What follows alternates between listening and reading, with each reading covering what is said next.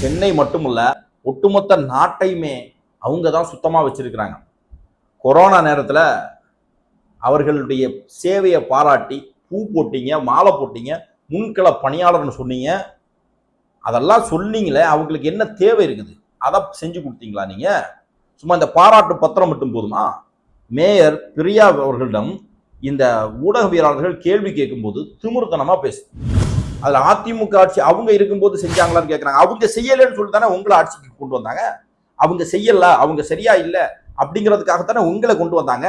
அன்னைக்கு எதிர்கட்சியாக இருக்கும்போது இவர்களை நிரந்தரம் செய்யணும்னு சொல்லி பேசுறவங்க, எதிர்கட்சியாக இருக்கும்போது அவுட் சோர்சிங் செய்யக்கூடாதுன்னு சொல்லி கடிதம் எழுதின மு.க. ஸ்டாலின் இன்னைக்கு வந்து அதே எடப்பாடி பழனிசாமி செஞ்ச அதே அயோக்கியத்தனத்தை செய்வார்னு சொன்னா அதுக்கு எடப்பாடி பழனிசாமி இருந்துட்டு போயிடலாமே.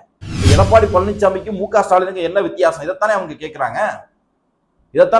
அதுல பெருமையா சொல்றாங்க, அவர் வருவாரு, இந்த மக்களோட இருந்து டீ குடிச்சாரு, டீ வாங்கி கொடுத்தாரு, அவர் வீட்டுல சாப்பிட்டாரு. இது பெருமையா? இது பெருமையா? ஏன் கூலி தொழில் செய்யக்கூடியவர்கள் வீட்லயோ அல்லது துப்புரவு பணி செய்யக்கூடியவர்கள் வீட்டுல சாப்பிடக்கூடாதா? சாப்பிடுறது பெரிய சாதனையா?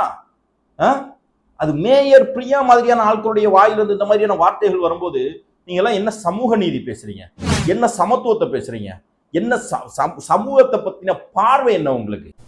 இப்படிப்பட்ட மோசமான மனநிலையில இந்த ஆளுங்கட்சி இருக்குது. இதனாலதான் நம்ம இவர்களை எதிர்த்து போராடுறோம்.